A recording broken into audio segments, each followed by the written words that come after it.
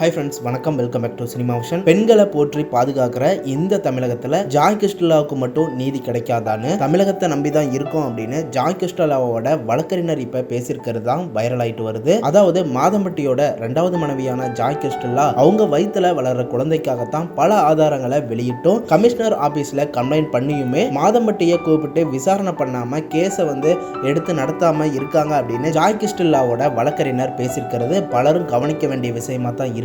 மேலும் ஜாய் கிறிஸ்டலா எனக்கும் என்னோட குழந்தைக்கும் ஏதாவது நடந்துச்சுன்னா அதுக்கு முழுக்க பொறுப்பு மாதம்பட்டி மட்டும்தான் அப்படின்னு சொல்லி இருக்காங்க. இந்த விஷயம் இப்ப பரபரப்பை ஏற்படுத்தியிருக்கு. இது மூலமா ஜாய் கிறிஸ்டலாவுக்கு மாதம்பட்டி மிரட்டல்கள் நிறைய பிரச்சனைகளை கொடுத்துட்டு வரதா தெரியுது. இதுக்கு முன்னாடியே ஜாய் கிறிஸ்டலா மாதம்பட்டி என் வயிற்றுல வளர்ற குழந்தைய 2-3 தடவை கருக்கலைப்பு பண்ணிட்டாரு அப்படின்னு சொன்னாங்க. இந்த நிலையில இப்போ ஜாய் கிறிஸ்டலா டெலிவரி ஆக போற என் வயிற்றுல இருக்க குழந்தைக்கும் எனக்கும் ஏதாவது ஆச்சுன்னா அதுக்கு மாதம்பட்டி தான் பொறுப்புன்னு சொல்லி இருக்காங்க. மேலும் மாதம்பட்டி ரங்கராஜ் ஜாய் கிறிஸ்டலாவை போலவே மேலும் 10 பெண்களை ஏமாத்தி இருக்கிறதா பெண்கள் வாக்குமூலம் கொடுத்திருக்காங்களாமா. ஆதாரத்தையும் தெரிவிச்சிருக்காங்களாமா. எங்கு வேணாலும் அவங்களோட வாத கருத்துக்களை தெரிவிக்க தயாரா இருக்கிறதாவும் ஜாய் கிறிஸ்டலாவோட வழக்கறிஞர் சொல்லி இருக்கிறது இப்ப பரபரப்பை ஏற்படுத்தி இருக்கு. கடந்த 1 வருஷமாவே ஜாய் கிறிஸ்டலா மாதம்பட்டி இவங்களோட 2வது திருமண பேச்சு தான் ஊடகங்கள் சோசியல் மீடியா ஃபுல்லாவே பேசப்பட்டுட்டும் இருக்கு.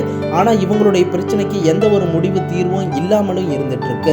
ஜாய் கிறிஸ்டலா மாதம்பட்டி இவங்களை பத்தி நீங்க என்ன நினைக்கிறீங்கன்னு கமெண்ட் பண்ணுங்க. அடுத்த அப்டேட்ஸுக்கு நம்ம சேனலை சப்ஸ்கிரைப் பண்ணிக்கோங்க, பெல் ஐக்கனையும் கிளிக் பண்ணிக்கோங்க.